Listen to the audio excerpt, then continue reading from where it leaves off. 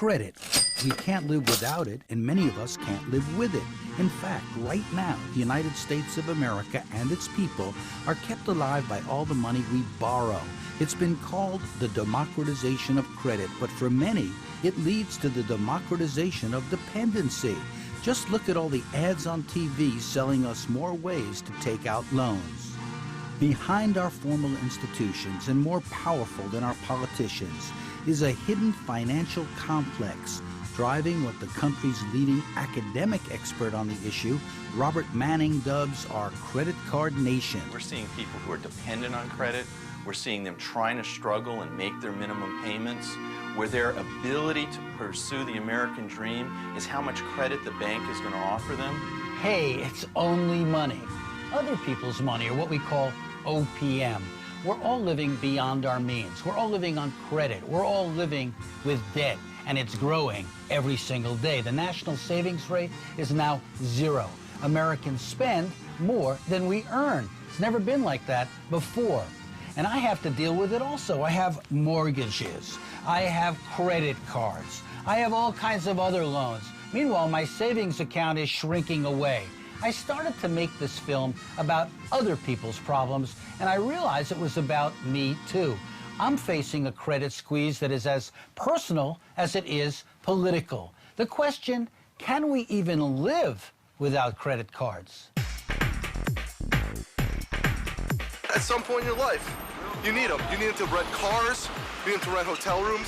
They provide a value service.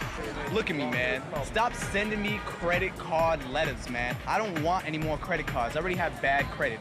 To investigate this clandestine world masked by terms like proprietary information, we will tour this nation within a nation to meet some of the experts, advocates, and activists who can demystify a web of unchecked power that often determines where we live, how we live, and if we live at all. It's about people being taken advantage of. It's about losing the American dream. I couldn't bring myself to file bankruptcy because I wanted to pay everybody. I didn't want to just like say, oh, well, you're out of your money, you're beat. We visited the Capitol in Washington, D.C. and found a congresswoman outraged by the power of industry lobbyists. What you have here is an atrocity, a calamity, a collapse of the, I guess, the sympathy that American government should have for its people, because we've simply allowed the credit card giants to walk in, walk over us. While the Atlanta-based former governor of Georgia says the whole country is being ripped off without knowing it. Credit card debt has taken the greatest asset, to a large extent, that middle-class America had, working America, and that was the equity in their home. And so we have this really threat to the way we are as a people, and nobody seems to be concerned about it. From coast to coast and shore to shining shore, in every mall and on every street, Americans are hurting without always being aware of why. This is not just a story about credit card mania, but what lurks behind it. What former Reagan advisor Kevin Phillips calls financialization, a powerful credit industrial complex deliberately engineered by excessive debt. Let's spend a few minutes with a certain individual we'll call Mr. Money. The idea of credit used to be so simple. Hello, I'm Mr. Money. People can't seem to get along without me as cash or credit. What does credit mean to you? Gosh, I don't know. Buy now and pay later, I guess. Not bad. But there's a lot more to it than that.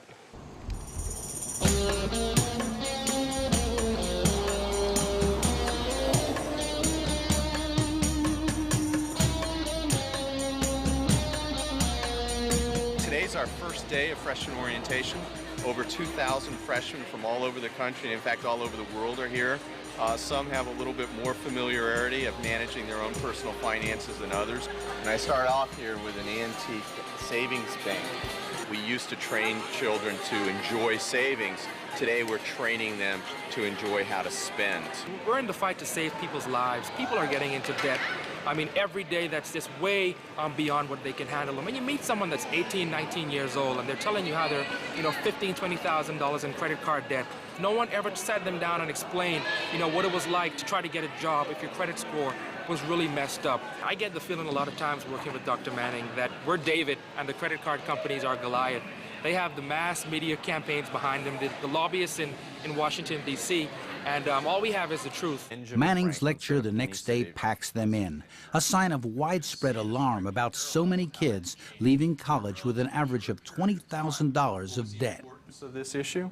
Well, many of you probably have forgotten that the American Revolution was largely driven by the great American planners that were heavily in debt to European banks, and they had very onerous terms. And they recognized that they could not financially prosper under such outrageous financial demands. So part of the American Revolution was to break enslavement from financial debt. We just constantly are getting bombarded from the credit card companies, and it's like, don't send it, I don't want it. My daughter got one the other day, $5,000, and she's never had anything. So would you counsel for or against getting a credit card? I think every student should get a credit card. But if their parents will not co-sign and they don't have an independent source of income, it should be capped at $500. And only if the student isn't delinquent in payments, then it would be raised $500 a year till graduation to a limit of $2,500. One former student, Andrea Rodriguez, wishes she had listened. I remember the first time when I went to a mall with a friend of mine, and there was a whole bunch of people outside just advertising credit cards for college students. So I applied for one. And of course, I didn't put the right income because I wanted a credit card. And a couple of weeks later, I received a credit card for a limit of $10,000. So I went out and I spent and I spent and I spent. At that time, I was not making any kind of money. Soon she was in way over her head. I got a lot of bills over $5,000. For one credit card, I owed $7,000, which was not the $10,000 credit card. That was another credit card. So I was like, I can't pay this. I was just going crazy. So I decided, my cousin actually is in with finance, and I decided to just go bankrupt at 21. Gee, Mr. Money, do girls have to learn all this about credit, too? Well, Judy, women do most of the shopping when they get married, and very often spend most of the family income. And now let's see just how shopping can be fun. Real fun. This is a toy that's designed for children 3 years and up. The Barbie Register toy. And it actually gives you the exact sound of an acceptance of using a credit card when it processes it at the cash register. There's also Malibu Barbie, who comes with her own gold MasterCard. And there's Shopping Girl Barbie, where she has her own store to pick and choose with her credit card. While Manning was warning parents and students of the dangers of getting suckered, local banks were setting up tables to sign up new customers right outside his lecture room. They'll need anything for deposit, and they're giving out free backpacks. Okay. They get 0% on the purchases for 6 months, and then it goes to a standard interest rate. On students, we usually give a line of somewhere between $300 and $500. What's the interest rate, or how much does it cost to? I don't know the interest rate offhand, sorry. Okay. Manning knows he's fighting an uphill battle against a culture that thrives on consumption. Just need your signature. Right here, please. The key for the banks is to get them dependent upon consumer credit, shape their attitudes towards savings, consumption, and debt, and to then multiply the number of financial products that they're buying from that particular bank. So the credit card will lead to the student loan, to the car loan, eventually to a home mortgage, and then maybe some insurance products and investment opportunities. And it's free while they're a student. Young people today that see credit as a social entitlement have no understanding of what it's going to entail to repay those loans back. Once they're used to living on borrowed money, then the banks realize that they'll be following that pattern possibly for the rest of their lives. The pressure on students is intensifying. The cost of student loans is up thanks to the manipulation of interest rates. A lower fixed rate has been replaced by a higher variable rate. That means $5,800 more on average for students to pay off their debts. I am so broke. I was so broke. So broke. Have you had to roll change to pay for something recently? Yes. No wonder campuses are welcoming presentations like this one by James Cunningham called Funny Money, teaching financial literacy to students. A student in Pennsylvania robbed a bank for cash to pay his debts. Other students have committed suicide. What they find themselves in is in such a high level of debt that they can't possibly pursue the kinds of careers that they anticipated. This level of debt really is going to define their future and is going to have a significant long-term impact on American society, where students can't go into the streets. They're not going to be able to demand social change because not only do they have a student loan debt to pay, but they've got credit card debts as well before they're even 22 years old. I wish if I could go back and start over, I would have never touched credit cards. I tell my little brothers and sisters, whatever you do, do not get a credit card if you can help it. My name is Amelia Martin. I'm 27 years old. I'm from North Carolina.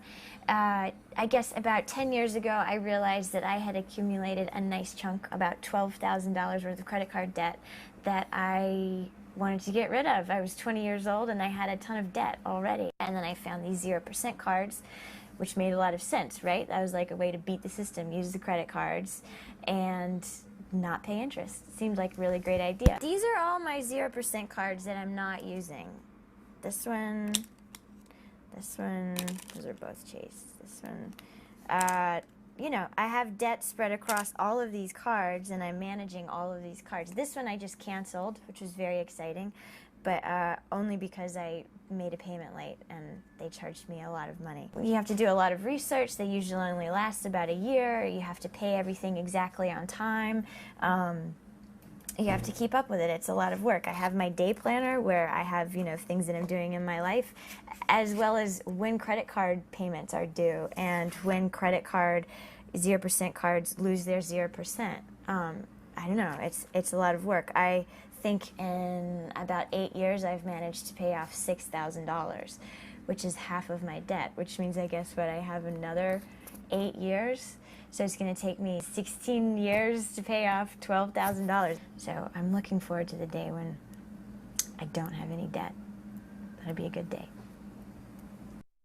Student debt is now a global problem. Will Hutton writes in London's Observer, the young have always lived for the moment, but now they face a grimmer future than their parents.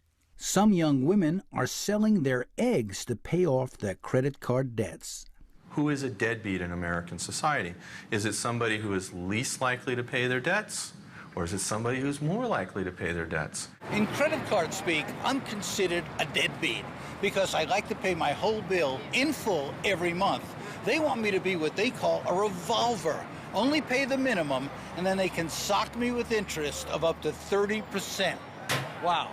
Like many customers, sometimes I'm late by a day or two, and boom, that makes me eligible for late charges and penalties.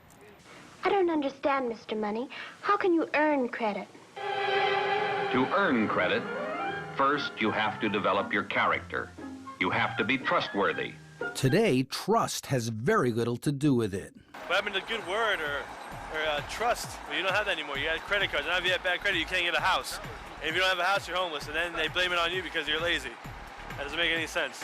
Individual cardholders are up against a giant industry with a well-designed system for maximizing profits, often at the expense of consumers. They wouldn't give it to you for free if it was free money? Never. Never. Got free money, but you have to pay. Got free money, but you have to pay. From the sea to the shining sea. Got free money, but you have to pay. Signing up for bankruptcy. Got free money, but you have to pay. Everyone's a cardhead, blind like a crackhead. They send it in the mail, soon your house is for sale. MasterCard, Visa, pushing to squeeze. You're pre-approved by Amex for credit, Scamex.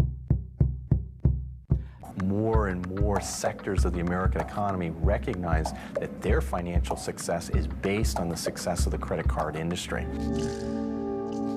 This is Wilmington, Delaware. There's a bank on every corner. Behind me, the headquarters of MBNA. It's a state known for its favorable business climate, for its low taxes, and for its politicians who will do the bidding of the credit card companies. MBNA is now owned by the Bank of America.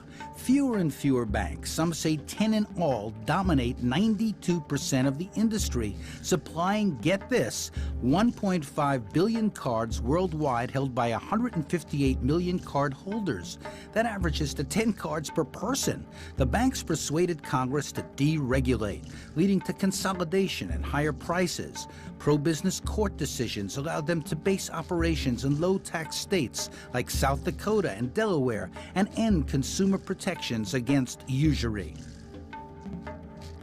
You and I may not fully understand how the credit industry, the card companies, and big banks operate, but they understand us, their customers.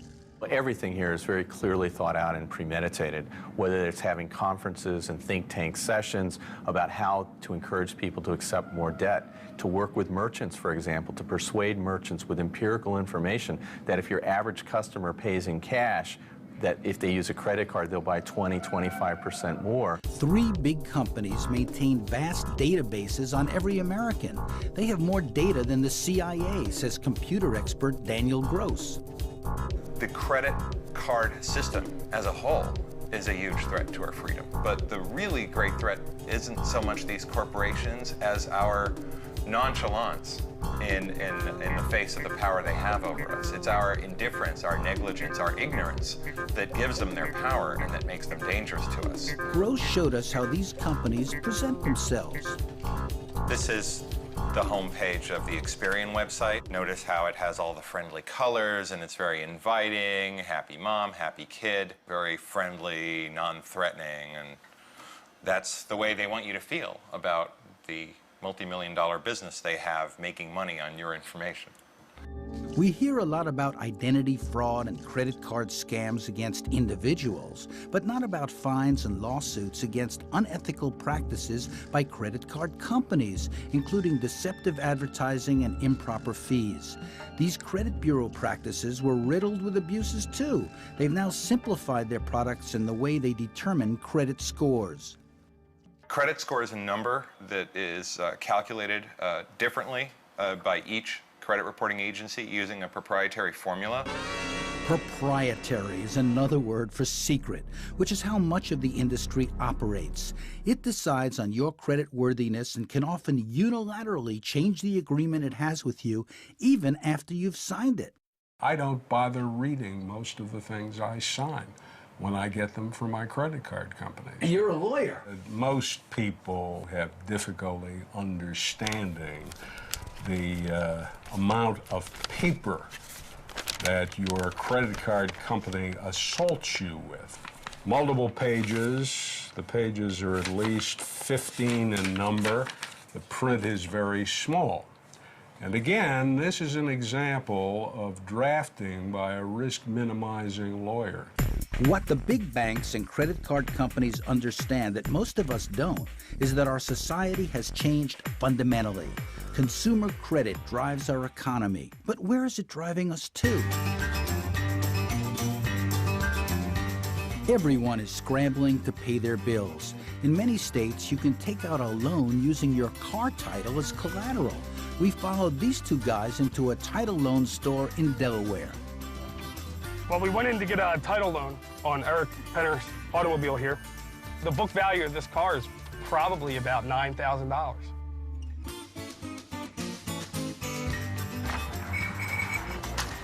So your vehicle, the most we'll be able to do, if we can have proof of income, is $1,100. $1,100? And then what has to, and then what's? We have an interest 25%. 25%? It charges a 25% interest for a 30-day loan. So our interest for 30 days came to $296.86, plus charges a $65 processing fee. And they already automatically assumed that we wouldn't be able to pay it back in 30 days, so that only leads you to believe that it's a regular occurring situation. After 60 days, we will be charged an extra 25% on the loan, and then they charge you interest on the interest. $750 of interest. That's a ridiculous amount of money. You lose a car worth $9,000 for not paying back $1,850 in 60 days. That's the decision you have to make. And so many Americans find themselves in our current economy in a situation where they need to make these decisions and they need to borrow their money.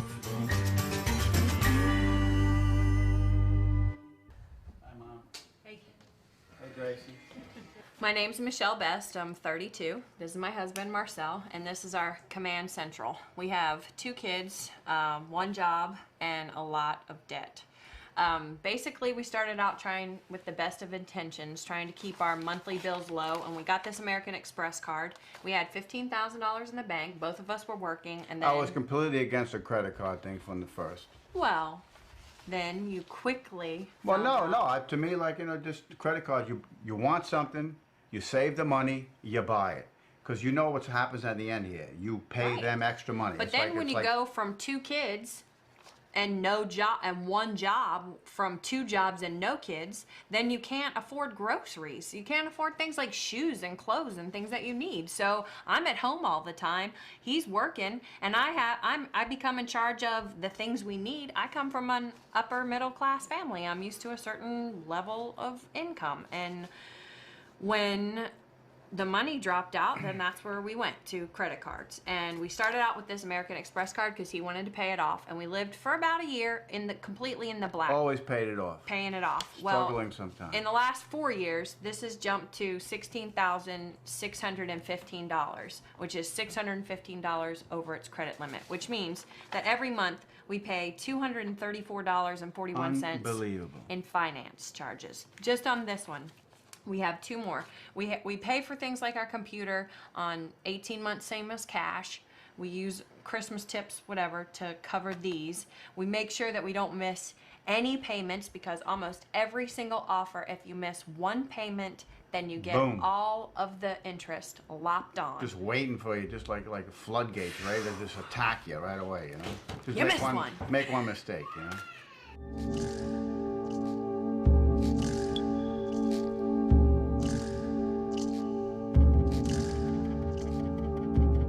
In 2005, the top 10 credit card companies spent over $2 billion on advertising and marketing.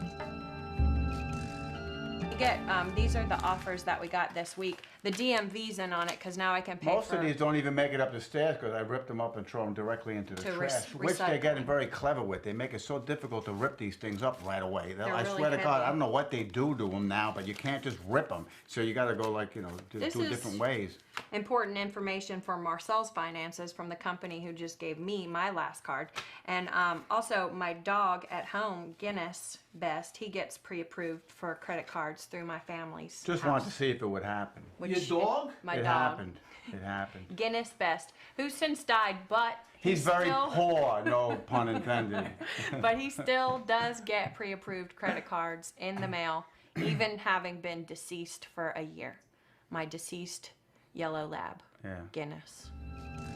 I asked Steve Barnett, who worked on advertising for Citibank's credit card division, about the way the companies market credit cards. American Express discovered that a major problem that they had was that their credit card customer was getting older and older. They were not attracting younger people. And so they decided to make a card that would appeal to younger people, the Blue Card. And in fact, it was successful. Look at the MasterCard ads. Program in the first, $4. You'll see a MasterCard ad that shows a family going to a baseball game and paying for the hot dogs and the tickets and you know, all this costs a certain amount of money and you can do it with MasterCard. But what is the real meaning of the evening? It's the family together, and it is priceless. Now, think about that advertisement. This is an advertisement urging spending. And the trick in the advertisement, which is oh so clever, is to say the point of this all is it's priceless. It's really not concerned about money. It's concerned about you as an intact, wonderful, caring family. You know, you as an intact, wonderful, caring family can go to some park and play softball with your kids too. You don't have to spend, you know, $180 to go to a ball game. Bankruptcy lawyer Charles Juntica. people act on those commercials. Those commercials have real influence. They are done scientifically to get into your unconscious mind. The Priceless campaign, which you see in many of the MasterCard ads, is brilliant because what they're saying is, this credit card, this is not a way to get you in debt. This is not a way to cause you to overspend. This is a way to reinforce your values, your deepest beliefs. Their identity is based on their credit cards. Even the color of the plastic that they use now identifies them within a rank order of the credit card nation. Gold, silver, platinum, titanium. Everybody's identity now is what their transaction, whether it goes through, whether it's been accepted, whether it's been rejected. The card itself says something about who you are. So that if now you're a senior executive and you're taking out an American Express green card, there's a perceived disjunction between who you are and what that card is. And the credit card issuer says, wow, that's wonderful. I can issue a platinum card. Well, then the platinum card becomes too widespread. I can issue a black card. The black card is the extraordinary, super elite card of American Express for people who charge approximately $300,000 a year. Need a pricey watch or an exclusive hotel? American Express even publishes this glossy magazine just for wealthy cardholders. It's chock full of high-priced luxury products. And you can literally have a helicopter and have a private shopping spree in Macy's with your personal shopper. And of course, you never have to check and see what the total bill is. It'll all be itemized for you for American Express. P.S. The more fancy and elite a credit card is, the more money is made from that credit card. After years of getting unwanted, unsolicited credit card solicitations in my mailbox at home, I come to the office and what happens? I'm being spammed to death with more solicitations in my inbox on email. Less than perfect credit will match you with the right lender, unsecured gold MasterCard credit card. It just doesn't stop. And where are the commercials that say, don't use credit cards? If you use a credit card, pay it off in 30 days, or else you'll pay outlandish interest. Where are those commercials? They don't exist. Something like this? Making priceless commercials. Tens of millions. Making a film about credit card abuses. Tens of thousands. Getting hooked on credit cards. Overpriced. Creating awareness of the problem, priceless. There are some things money can't buy. For everything else, there's 29% interest. The companies say that if people are misled, it's because they aren't paying attention. They distinguish between bad credit and good credit and call for consumer responsibility. To help you make it. Your choice, your chase. Today, there are more choices and more complexity about these loan products than ever before. Doug Lebda founded LendingTree.com, a big internet-based lender. And not only complexity in terms of the products, but also in terms of how to use them wisely. And all of this comes at a time when we as Americans are expected to take more financial and personal responsibility for our financial futures than did generations in the past. Doug is right. Consumers are confused, but the companies thrive on that confusion too. The focus seems to be on individual responsibility. What is the responsibility of the industry here? This is an incredibly complex world that we're living in with very, very complex products, and obviously the stakes are extremely high. I think it's important that consumers stay very informed in that process, and we as LendingTree, as well as the industry in general, I think can do a very good job in helping to educate and helping to inform and making sure that consumers get the right answers. Bullshit. Did the banks say the same thing about mortgages?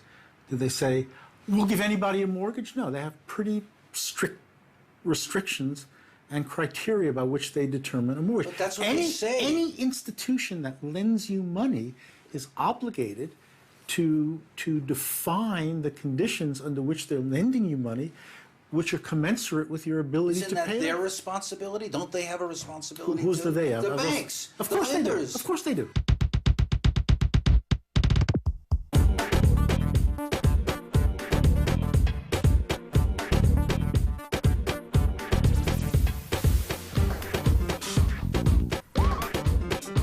We're doomed to shop till we drop. Two-thirds of our economy is based on consumption, which leads to a rather petrifying paradox.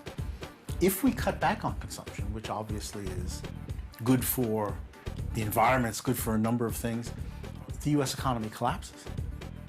In a sense, we've built an economy that needs rampant consumerism as a fuel just to keep the engine going. I know I'm not the only one dealing with this because I spend a lot of my time at the park. I call it the office because that's where I live basically and work. And all of the moms that I know talk about this. This is part of our coping mechanism, is being able to complain to each other about how this is really affecting our lives.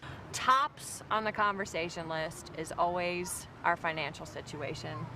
You pay the minimum every month. You don't get ahead on anything. You do shuffle. We have an American Express that you have to pay off every month, so that gets shifted. We just shifted like $2,000 onto a Discover card that has the most ridiculous interest. And so that's got like $5,000 on it now.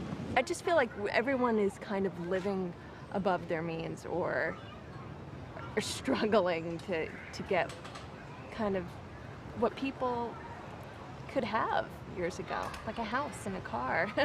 We're so used to spending beyond what we actually have that the possibility that we could end up with nothing just doesn't seem real, because when we don't have anything, we just charge it.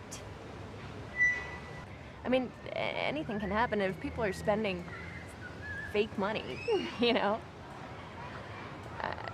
getting into debt up to their eyeballs. I mean, anything can happen. It's always Christmas time for Visa. MasterCard gets presents every day. They're happy as can be when we discover 'neath our tree the finance charge that never goes away.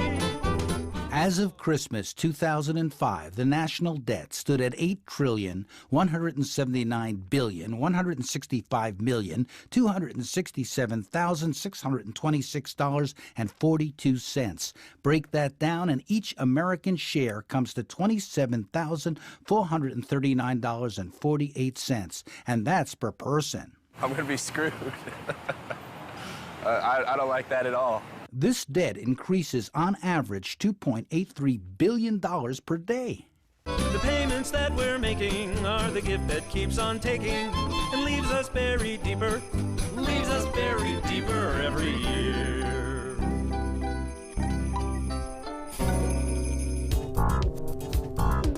As the national debt threatens to rise to $10 trillion, a new national debt clock is being built. I know nothing about it. I know absolutely nothing except for it's just making my family even more poor. These figures boggle the mind, and for most of us remain an abstraction. Few understand who is really responsible for this debt or what can be done about it.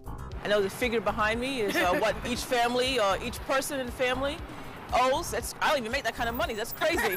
I'll never be able to pay it off in my life, okay? I don't know whether that's a graphic enough demonstration for a country that has the biggest deficit in its history, which, as I say, is bad for America, bad for the whole world.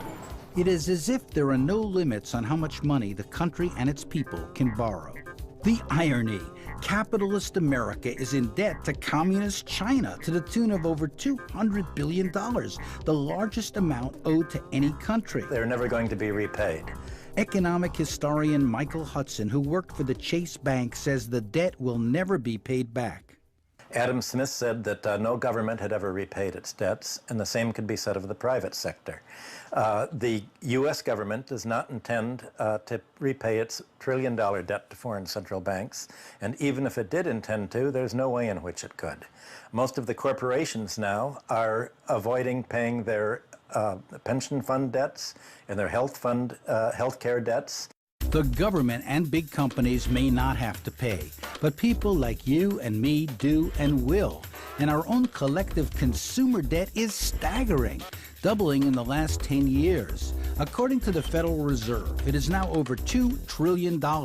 This figure, representing credit card and car loan debt, excluding mortgages, translates into approximately $18,700 per U.S. household. Add in mortgages, and we're talking another $7 trillion. Borrowing now, paying later has become our way of life. Shirley, and I'm calling from Card Service. We're in the office today to 10 p.m. Central Time, and it's urgent you return the call today. Collecting debts today is a growing business, with an army of companies out to pressure you and then sue you when you don't pay off. Even when annoying, these calls seem to be an improvement over the days when a loan shark might break your kneecaps if you didn't pay up on time. There'll be another envelope, same amount, tomorrow night. A lawyer who prosecuted loan sharks knows how it works. Lou Cherico. The loan is enforced by threat, by violence, but in almost no cases does the violence escalate to an actual killing of the victim. Because if the victim is killed, the loan is gone. So if you want to use the term, an administrative beating could be given, a beating enough to make the victim feel threatened, be harmed, but not sufficiently bad so that the victim can't function to get the money to pay the loan shark. That's the way the system works. These loans are very expensive, but often the only funds small businesses can get. The guy who has the bodega in the South Bronx, he's got to pay for his vegetables every day. He has a couple of bad weeks. Still, if he doesn't pay the vegetables, they don't deliver. He has nothing to sell. So he goes down the street to his local bar where his local loan shark hangs out, and he says, listen, I need $3,000 for a week. The guy says, I'm going to charge you $500. If you don't pay it back next week, it's $300 for every week after that. What choice does he have? Today, like the mafia, most of the credit business has gone legit, thanks to laws influenced, if not shaped, by the power and money of big banks. It feels like a conspiracy. The debt system seems to be creating a nation of scammers. Scammers on the part of banks and financial institutions, and scammers on the part of people who are trying to figure out ways to beat the system. True? Yes, I agree. I agree they're both co-conspirators. Tell me about this. In doing this and making this money, they are in effect perpetuating this conspiracy because they're giving it to people that they know cannot pay the money back and cannot afford the usury.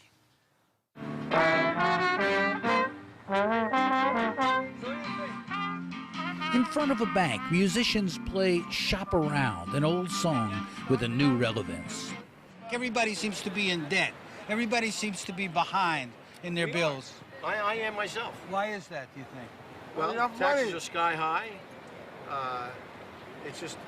Everything's going up, and we're not making any more money in our work. I mean, it's not coinciding with the rate of things going up. But the government says we've never had it better. Government don't know what they're talking about. What's that? They don't live out in the street here.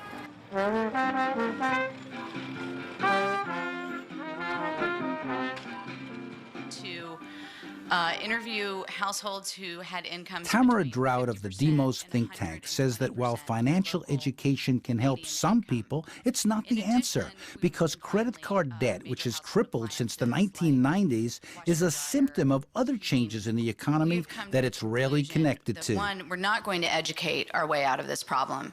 Financial education is wonderful, and we need to do more of it, but what's driving a lot of the debt among these households is not a lack of budgeting or a lack of financial savvy.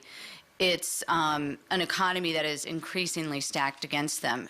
Debt is a symptom of much larger economic and structural issues facing households. One, we've seen a decline in incomes or a stagnation of incomes, particularly in the lower income household range and also for middle income households. At the same time, costs have really skyrocketed. Healthcare, housing costs, the cost of sending a kid to college. And finally, we've got to look at public policy and what has happened. And what we see is a real retrenchment in terms of providing a safety net for households. How did it happen? How did we go from being a nation that made things to a nation that buys things? How and why has the economy become reorganized around the means of consumption instead of the means of production?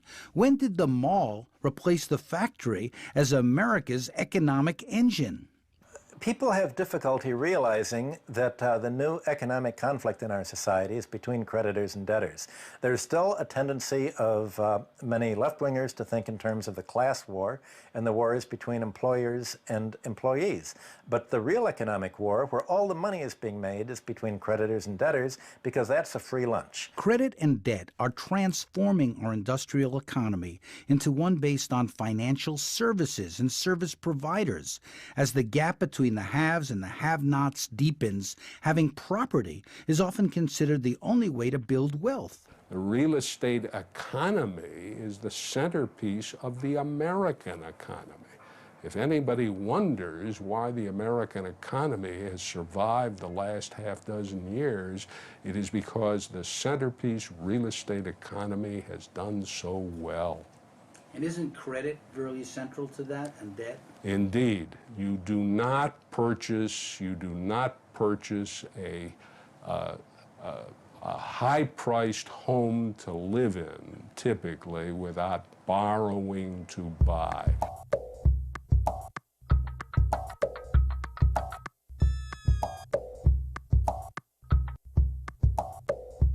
But a 2006 HSBC report found that the biggest rise in housing values is taking place in what they call a bubble zone, with housing overvalued by as much as 40%, creating an illusion of trillions of dollars of inflated wealth. Yet for many Americans, reality is now spelled realty. Mr. Money, my father's been making payments on our home for years. That's called mortgage credit. And sometimes the payments may run for as long as 25 years. Years ago, when suburban families paid off their loans, they had mortgage-burning parties. Remember Archie Bunkers? Yes! Well, here it is, the bunker mortgage. The Declaration of Independence for us. From now on, we own a whole joint. 20 years? Today, most families will never pay off their mortgages because of constant refinancing. As Napoleon said to Waterloo, this is this. Okay. Now, remember when we called our homes our castles? That's a metaphor that goes back to the days of feudalism, when the lords owned the land and the serfs did the work. And a historian of debt says that what went around then is coming back now. The price of getting a home in America is to enter into a lifetime of debt servitude. In a sense, have we become serfs? You know, are working people... We've become mobile serfs in America. The families are tied to the debts, and no matter where they choose to live, they have serfdom with a free choice. And the free choice is just where you want to live and what bank you want to borrow the money from. This is truly serfdom of the 21st century, where for many millions of people there is no hope in sight. Is reaching into medieval times going too far? Not to Congresswoman Sheila Jackson Lee, who has been crusading on these issues. Feudal lords reigned, and I believe that if we don't take an SOS moment, like the stop sign at the end of the block, we're going to, if you will, throw throngs, thousands, millions of Americans into a debt that they'll never reach out of. And we also will change the whole fabric of society. It will not be the haves and have-nots. It'll be the giants and the little people. Historically, there were debtors' prisons. Now, for many, our homes have become our prisons. It's there we try to figure out how to make ends meet and keep a roof over our heads. We don't lock people up anymore, but we certainly keep them trapped at the mercy of a very powerful lending industry. We've set up a system where people are cashing out equity in their homes, which for the majority of Americans is their primary source of wealth. They're using that to chase down better interest rates because they're being ripped off by a credit card industry. we've really left people with nowhere to turn for help. Officials in the know take these parallels literally. If there's a truth-telling hero in Washington on this issue, it's this man, David Walker, our Comptroller General, who audits all federal budgets. He's been called Dr. Gloom for comparing the USA Today to ancient Rome before its decline. In a 2005 report to Congress, this high-level official warns, continuing on this unsustainable path will gradually erode, if not suddenly damage our economy, our standard of living, and ultimately our national security. The financial analysts behind this new book on debt say an epic financial crisis is coming. In the 1920s, one of the things that brought about the Depression, among others, was this exuberance, this foolishness in the investment of speculative stocks. Listen, I think the next great economic crisis in this nation is going to be brought about by the debt load and the high rates of interest that are charged from it. It is shocking to me that intelligent people, educated people, have not taken time to think about this. We cannot sustain over an extended period of time these high levels of debt, particularly at high rates of interest. Because what will happen is that whenever it comes to an end, and there is an end to the amount of credit. In other words, when it gets so leveraged, it will create an economic crisis so deep that it'll threaten us as a nation. Republicans worry too. Reagan conservative Bruce Bartlett charges that the Bush administration bankrupted America. He fears a market crash when the housing bubble bursts. One of the scary things for me is that there's probably close to $1 trillion of approved credit that's sitting either in people's pockets or somewhere in their house. And what I mean by that is credit cards, no fee, that they have been issued that they're not using. Now, if the economy develops more difficulties and people have to take those cards out of their drawers or wherever they're keeping them, and they start to use them, that credit's already been approved. This is high risk, quite dangerous credit, but before somebody loses their home or has to take their kid out of school, they're going to burn through all the approved credit that exists. It is scary, and I think it could be the next bubble after the housing bubble.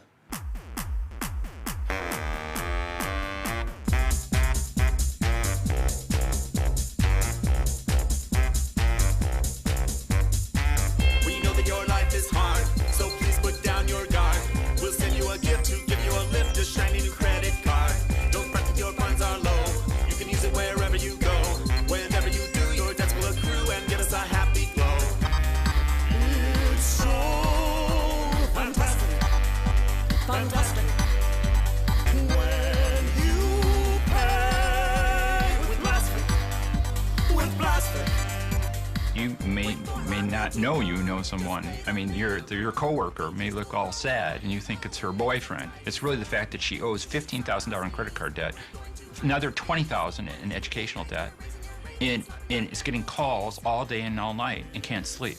But she does not share that with you. More than 2 million Americans went bankrupt in 2005. Among them, Joe Sucher, a fellow film producer. Bankruptcy was kind of like a foreign country I didn't want to visit. Sort of a judicial Baghdad. Frankly, I didn't even know what the term meant until one day I happened to turn on C-SPAN. The word bankrupt as we know it today comes from the 16th century Italian bancarotta, which literally means broken bench, referred to in a legend that said when a money trader became insolvent, the bench or table on which he used in the market was literally broken. The Latin root of the word includes corrupt in the meaning. I'm not particularly religious, but Jesus was a very peaceful man, right? He was, not a violent guy. The one time he was a little violent is he went into the temple, and Citibank, Chase Bank, MBNA were there changing money, and he took their tables and he threw them on the ground. Okay, we want to get biblical about this. Well, let's get biblical about this. They're making 54% net profit. That is evil. And they're making it off the poorest members of our society. That is evil. After a 15-year marriage, 2 kids, I found myself in divorce hell. Legal briefs filed faster than speeding bullets. In the end, I had little in the way of savings and less in the way of income, but I did have credit cards. I used them to keep up with my bills, and the offers just kept coming. Low APR, put more muscle into your account, balance transfers. I needed to pay the mortgage, child support, home equity. I was over my head and I began missing payments. Soon the offers turned to threats. We're attempting to reach you because we need to speak to you. I received an email from my people saying that we need to get in contact with you, and hopefully you get this message, you can return my call. There is a stigma to filing bankruptcy, and really the credit card industry counts on that stigma, because most of our clients, they wait 3 to 6 years before they file. They only come when they can't take it anymore. They come in shaking. They haven't slept for months. In this weird financial netherworld, I was discovering all sorts of seamy and slimy little profit niches. The attorneys, the debt collectors, the lingo and language all coded under ambiguous phrases like skip tracing, scrubbing. One company even advertised the profit potential offered by bankrupt individuals even if they were dead. So from research I had done, I knew that there were credit card giants like MBNA putting a lot of money into efforts to write legislation to revise the old bankruptcy bill. And I knew that there were Congress people like Chuck Grassley and Orrin Hatch, frankly, who were using a lot of scare tactics in order to get this bill passed. Where the average person in America is paying $550 per person additional for goods and services because somebody else didn't pay their bills. I tried avoiding the calls, but occasionally I'd get caught, and then I tried to reason with them. Some were sympathetic. They even sounded like human beings. I hope you better things happen for you. Well, as you know, a lot of people in this country right now are in the same position. Oh, so many. You don't even know, sir. No, the rich get rich, and the middle class stay poor. Now, the principal substantive argument we have heard here is that this bill goes too far and too fast. This really is just the same old song that we've heard now for 8 solid years as we've tried to put this bill together, and it has always had huge bipartisan support. That's bipartisan support, Democrat and Republican support. $5 billion. $5 billion to the credit card companies. That's what this bill is all about. Where do you think it comes from? People who have gone into bankruptcy. Who are those people? They are the people that have the heart attacks. They are the men and women whose jobs have been outsourced. They are the mothers, the single moms who aren't getting paid back on alimony and child care support. Those are the people that are being hurt. Kennedy won people's hearts, but the credit card industry won the vote. Bankruptcy reform passed, and President Bush quickly signed it into law. In 6 months, it would take effect. President Bush signed a sweeping revision of bankruptcy rules today. The new law makes it harder to erase debts by declaring personal bankruptcy. At today's ceremony, the president said it will cut down on fraud. Opponents have said it helps creditors at the expense of the poor. Do you think, in a worst-case scenario, could I lose the house? Joe found that the new bankruptcy bill limited his own options. Even in bankruptcy, they can still come after you. And when you think you've dealt with one pest, another pops up. Like that arcade game, Whack-A-Mole. Joe is still fighting to keep up his morale and also keep his home, which showed up on foreclosure.com. He's not alone. Having to declare bankruptcy is a very difficult situation. Lorraine Bracco, who plays the therapist on the Sopranos TV show, went through a similar ordeal. You know, bankruptcy is very expensive. The attorney fees are a fortune.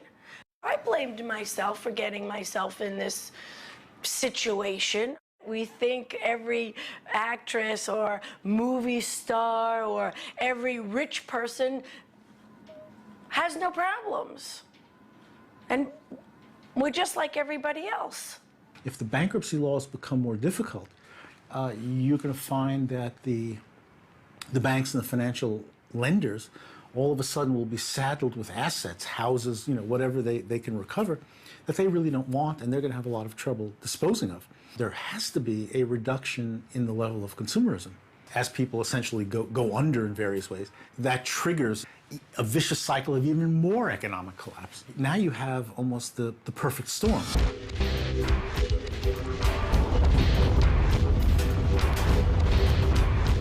The victims of Hurricane Katrina found their finances devastated, along with their homes and communities. The so-called bankruptcy reform bill passed just weeks earlier specifically ruled out floods as grounds for bankruptcy. 3 years ago, you might have been a homeowner in New Orleans. Your husband might have been working. You might have been working. Today, you've lost everything. The bankruptcy bill would, in essence, force you out of the bankruptcy courts because 2 years ago, you're well-to-do middle-class people. When the levees, they are leaking and the storm has hit you hard, help is on the way, my friend, they send you a credit card. You can live in a posh hotel room with Granny and Cousin Bud till you reach your credit limit, then you're back in the rain and mud. Give me a little more plastic. Many people get behind on their credit cards when family emergencies like health crises, job loss, and divorces occur. Sometimes you can't anticipate what is the unimaginable. David Aguilar's business came crashing down with the World Trade Center. He had financed it on credit cards. As business slowed, he could no longer pay back. He was forced into bankruptcy. The situation forced me to close the business. One day I realized I couldn't do anything. I sent everybody home. I closed the business. I couldn't make any profit anymore. I tried to be responsible, you know, even if to pay my rents, to take care for my kids, for my house, but I couldn't anymore because I feel a lot of pressure for my debts. My debts don't let me to sleep, don't let me, to breathe or to live in peace. My next question, Mr. Speaker, is whether or not this old stale bill responds to the medical causes of bankruptcy that shows that because there's death in the family, illness or injury, people go who try to repay their bills and they fall into bankruptcy. We are at a point of going over the flat earth, falling off the edge. And if we don't gather our thoughts together to refocus this credit card system or the credit system of America, you will have a nation of debtors. What I don't understand is why Congress has allowed this. We're keeping the Congress's keys. They're like our employees. We're stacking the debts by writing big checks so we can do as we please. The bill on bankruptcy benefits our industry. It keeps you on track for paying us back as your top priority. It's so fantastic, fantastic. When you pay with plastic.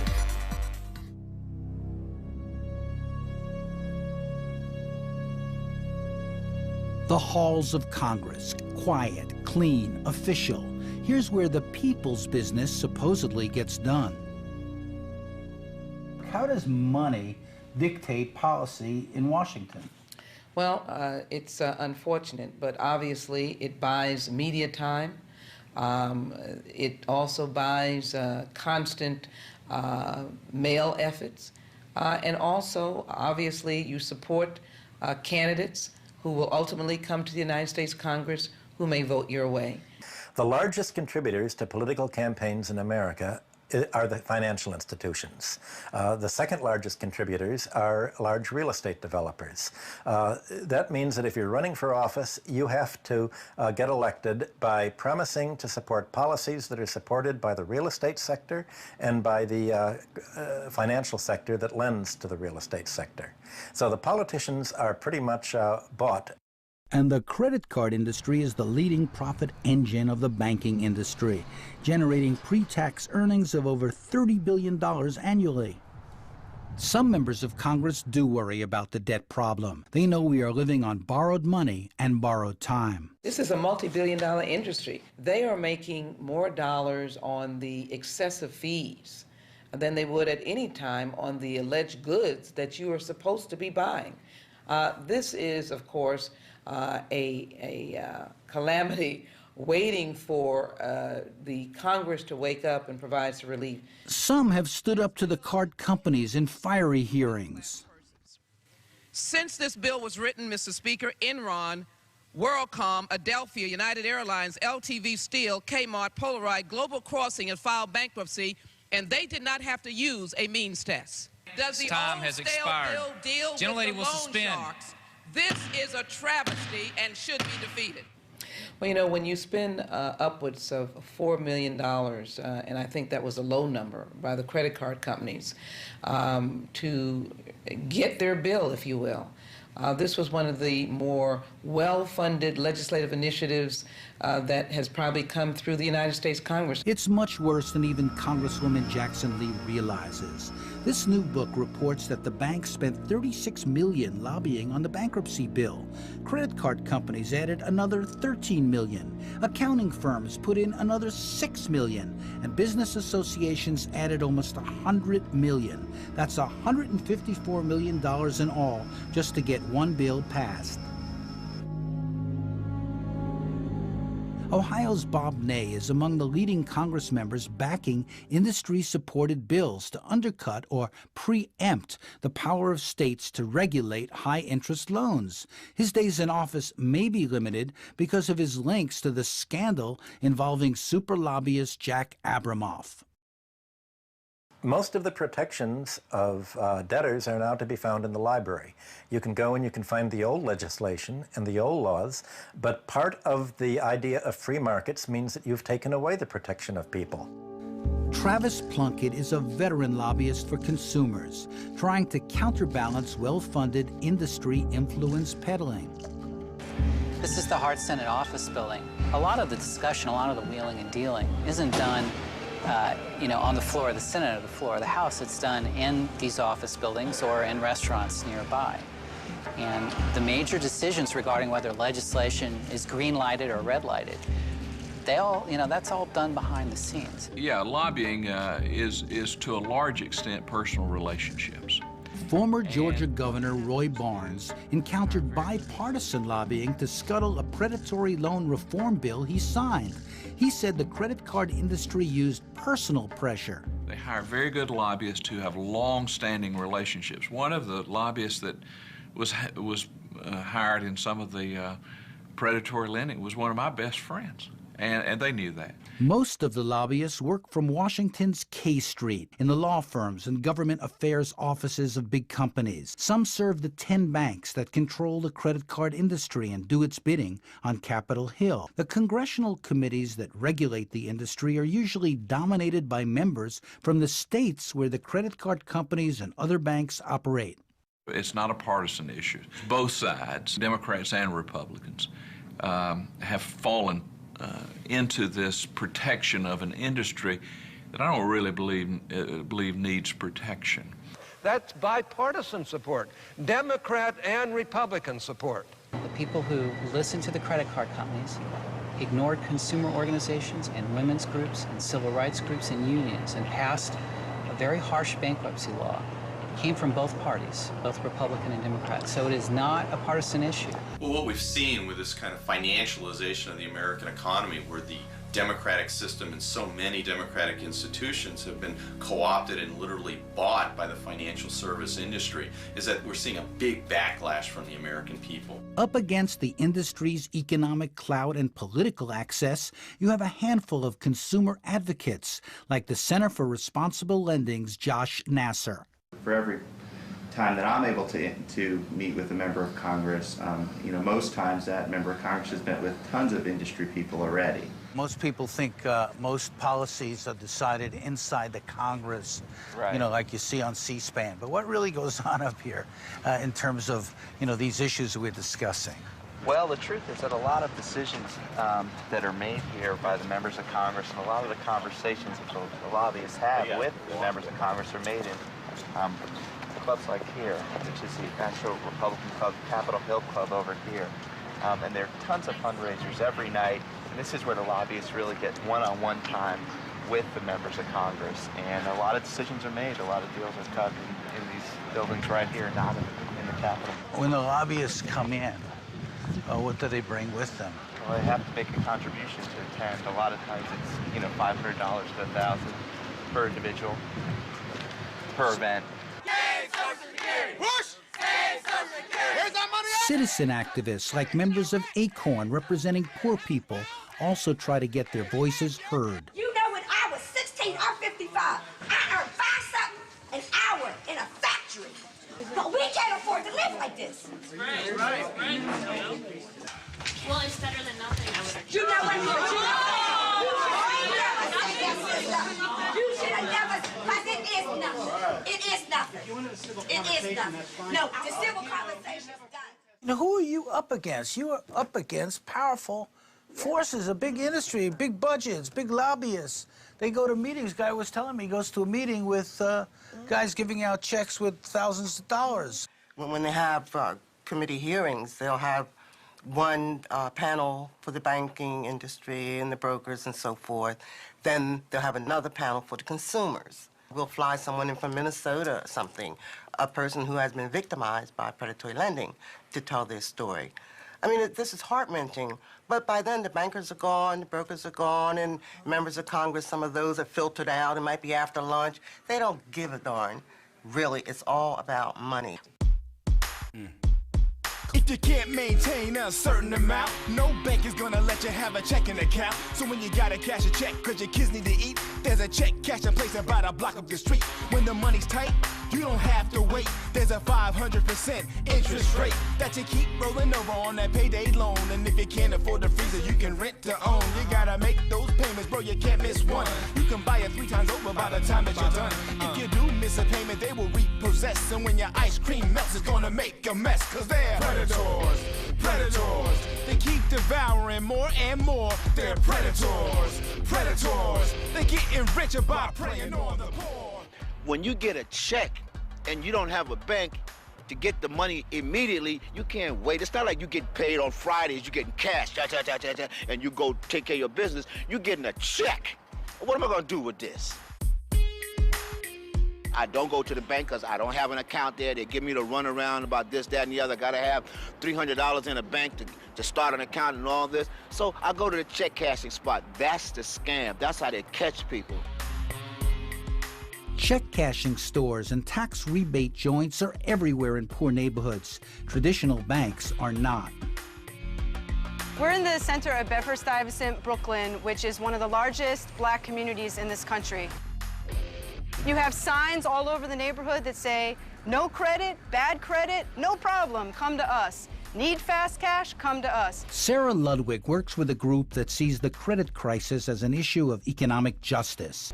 If you look at this map, for example, what you see for New York City is that this chain, Rent-A-Center, which is a rent-to-own store, has located all of its stores in predominantly low-income communities of color. You want to buy a 19-inch TV? You can get one at a mall for $195. Renting to own it here will eventually cost you over $700, over 78 installments with an interest rate of 238%. What happened about 20 years ago is that bankers said they made a anthropological discovery, a breakthrough. They found out that the poor are honest. Almost the only people who believe that they should repay their debts are the poor people. And in fact, the less money you have, the more you believe that the debts should be paid.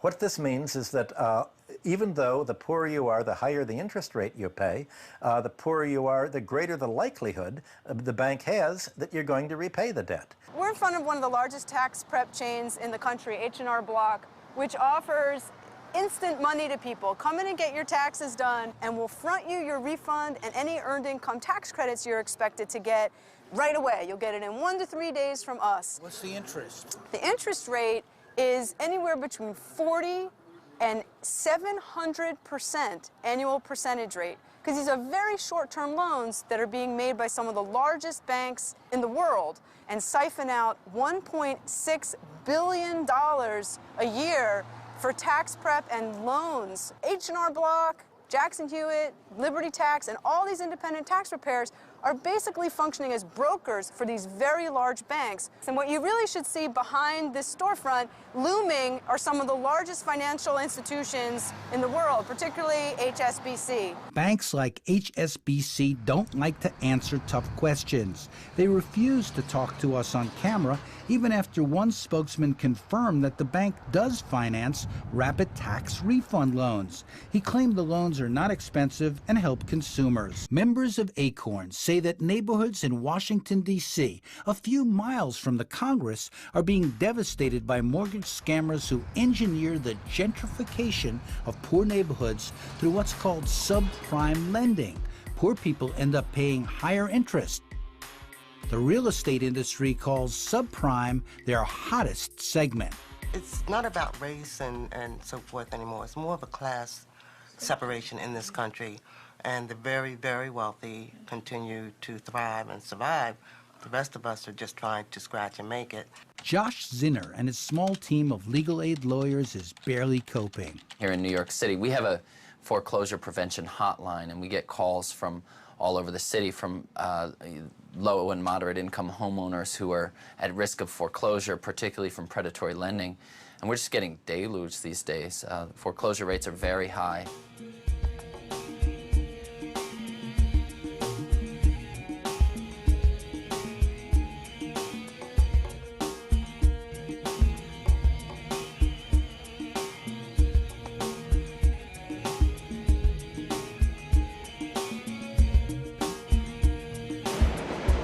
Welcome to Bushwick in Brooklyn, an area the New York Times calls the hot new neighborhood, in a real estate story that does not describe local suffering.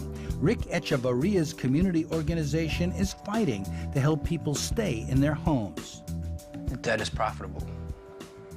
One of the questions that we're often asked is, well, Rick, how is it that a bank would lend $600,000 or $800,000 on a property that's only worth $300,000 or $400,000? I mean, what are they going to do if the mortgage borrower doesn't pay the mortgage? And we explain to them, the first lender is selling the debt and being completely reimbursed, so there's no risk for them. They're selling these mortgages into the secondary market through Wall Street. So what they're doing is they're having these mortgages, basically selling hundreds of millions of dollars worth of these mortgages into these securitization trusts. I will guarantee you that if you own a house or an apartment, that the bank that issued you your mortgage is not the bank that holds your mortgage today. The severity of the problem of home mortgage lending in a predatory way may be quantified in the following terms. You are talking in recent years of a problem that every year transfers hundreds of billions of dollars. Hundreds of billions? Hundreds of billions of dollars. You said billions. I said billions, not millions, from the pockets of the poor to people who are far better positioned than their so-called victims. That's what happened to the Fayez family. They trusted one of these scammers who demanded their house deed when they took out a loan. The family was soon dispossessed and out on the street. Their ordeal was so shocking that it made the newspapers. When the marshal came, my children was having lunch on a Wednesday, the coldest day in January, and said, you have 10 minutes to leave.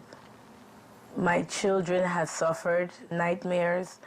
My son Daniel would hide under the seat of the car when he will see a police officer. You know, they still remember what they were having for lunch, what they had in the microwave that was left there. They could not even pack their things. Here I am, a hard-working mother of 4 at the time, not wanting to go on welfare. I'm sure they will pay a rent for us and give us food, but that's not our ambition. Wanting to keep our house as an inheritance for our children, it's not something wrong. And we weren't well educated as to how swift and conniving these people are. That's what happened to Mary Pashkovitz. She teared up as she told me her story in front of the home she grew up in South Philadelphia. She lost it to a fraudulent home improvement scam. It was very hard. I lost my father in this house. It upsets me. It upsets me immensely. I haven't been back around here for a while. This is your place still in your heart. Yeah. Yeah, it is. My father died in this house, and he never wanted me to lose it. And I feel like I failed him, too.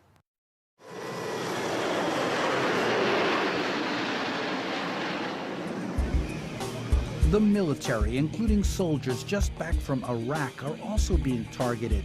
The New York Daily News reports more than 100,000 U.S. troops have been saddled with long-term debt in return for short-term cash from payday loan stores, charging interest rates that would make the mob blush. Poorly paid soldiers put up their paychecks as collateral to these high-interest short-term loans.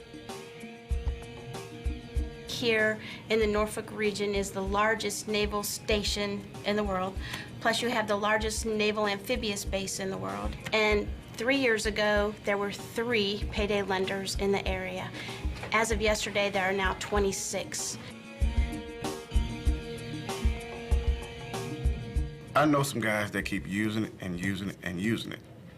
And they don't know how to stop because it's money right there in their hand, right quick like. The money's more accessible in this area, so everybody just almost attacks one specific area until it dwindles, and then they just move to the next one. Counselors here at a Norfolk Navy base told us what they're confronting. In this office, we have a completely anonymous survey. It asks very specific questions about have you used a payday lender, and it goes on from there. We had 164 respondents recently, and the first question was, did you have to renew your loan to take out another one to pay the first one back? And out of that 164, 111 said yes, they did have to do that. The next question is, if so, how many times did you have to do that?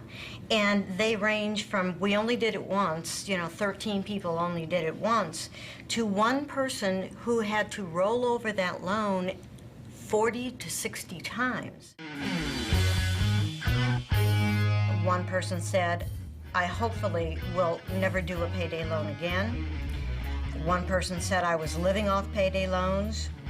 One person said, I had to feed my family, I had no choice. One person said it took almost a year to get out from under one loan. It was a trap.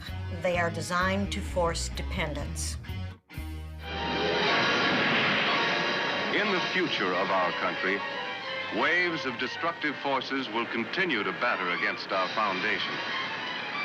When any force weakens the interlocked blocks of our political and economic freedoms, as good citizens, we must be quick to use the tools our Constitution gives us.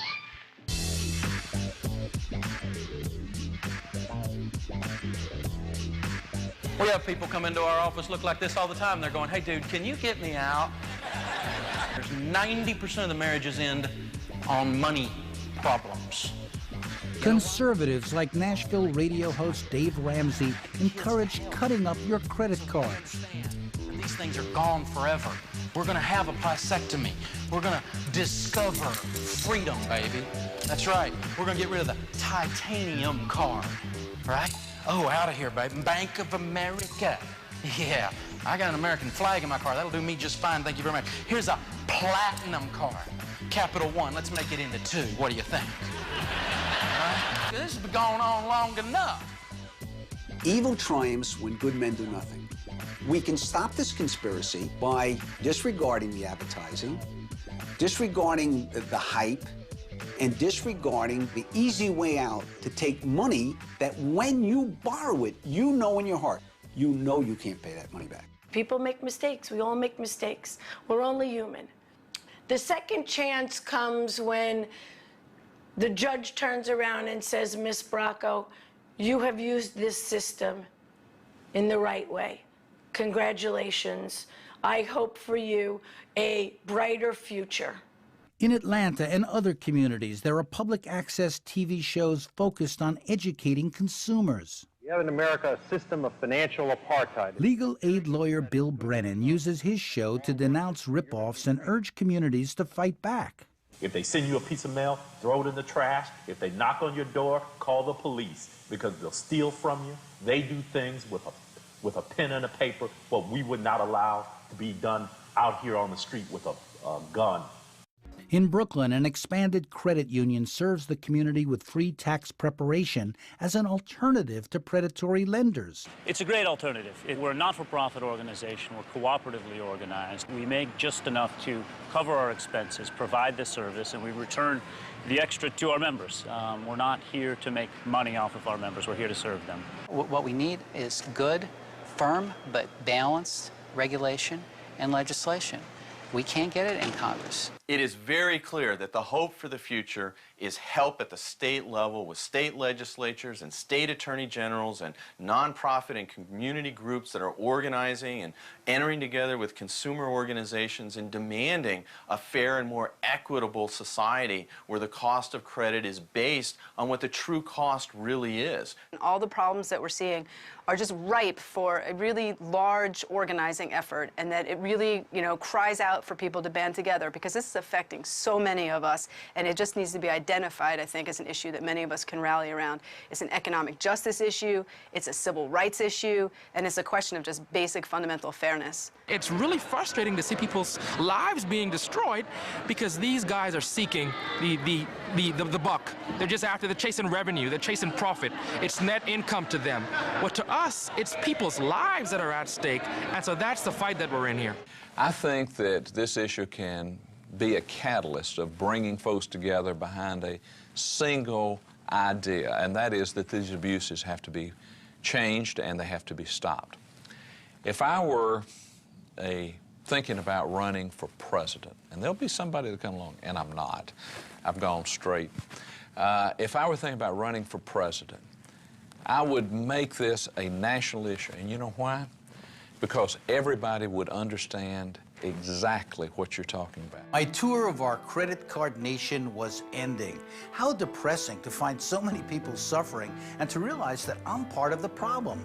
I'm back with my calculator, my bills, trying to make ends meet. With billions at stake, with both political parties implicated, it's like a turnstile that you get into, but you never get out of.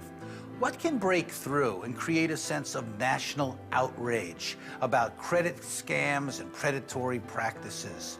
Can this problem become a national issue in a country that seems to believe in debt we trust?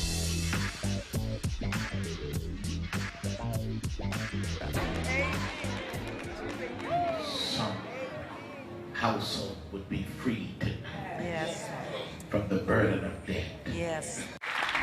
Many believe, like the parishioners of Norfolk's Mount Carmel Baptist Church, in the rhetoric of the Bush administration, that there may be a faith-based solution, an answer from on high. But these parishioners also know that the good Lord helps those who help themselves, and also works in mysterious ways. Some believe that it was divine intervention that caused a recent tragic helicopter accident in the skies over New York. It elicited seething anger, however insensitive, towards powerful credit card companies. An MBNA corporate helicopter down at about 4:40 p.m. today. All were rescued from the water by emergency services. 6 top credit card executives from MBNA, then the largest card company in the country, nearly drowned when their company chopper plunged into the East River near the United Nations. MBNA is the most notorious loan shark credit company in the country. And when their helicopter crashed into the East River with half a dozen senior executives, I mean, it was hard for people like me who've seen the suffering those guys have created not to think this was some sort of biblical retribution. Wilmington, Delaware, that's where the helicopter was heading. I don't wish that on people, but when you've seen the suffering I've had over the last 20 years, part of me felt sorry, but part of me had to feel that maybe there is a God.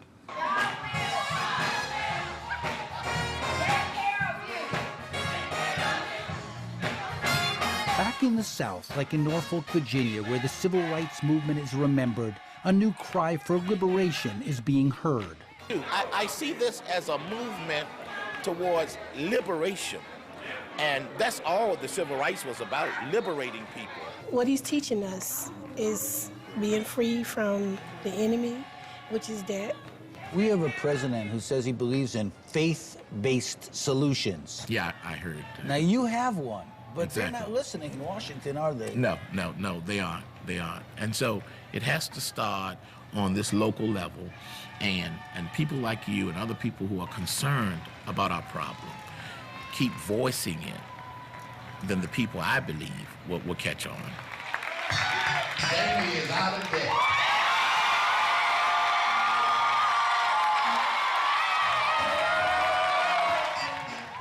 Pay cash. Get rid of your credit cards. Cut them up. Do people think you were nuts? Sure they did. Your But family? look who's laughing now. I'm out of debt.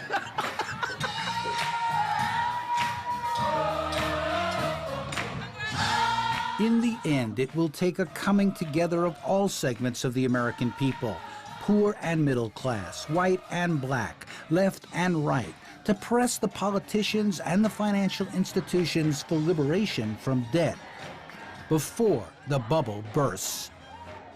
In debt, we do trust. Hell yeah. In debt we trust, you better not trust long.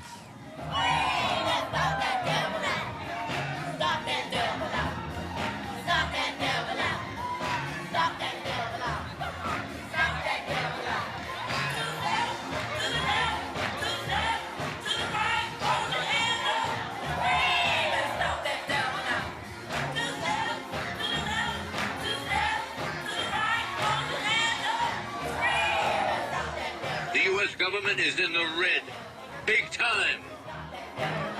It's scary. The run-up in debt has economists, Wall Street analysts, academics, and Congress nearly at a state of nervous breakdown. In economic terms, we have never experienced the impact and danger of such a debt load before. No markers, no reference points. It's terra incognita.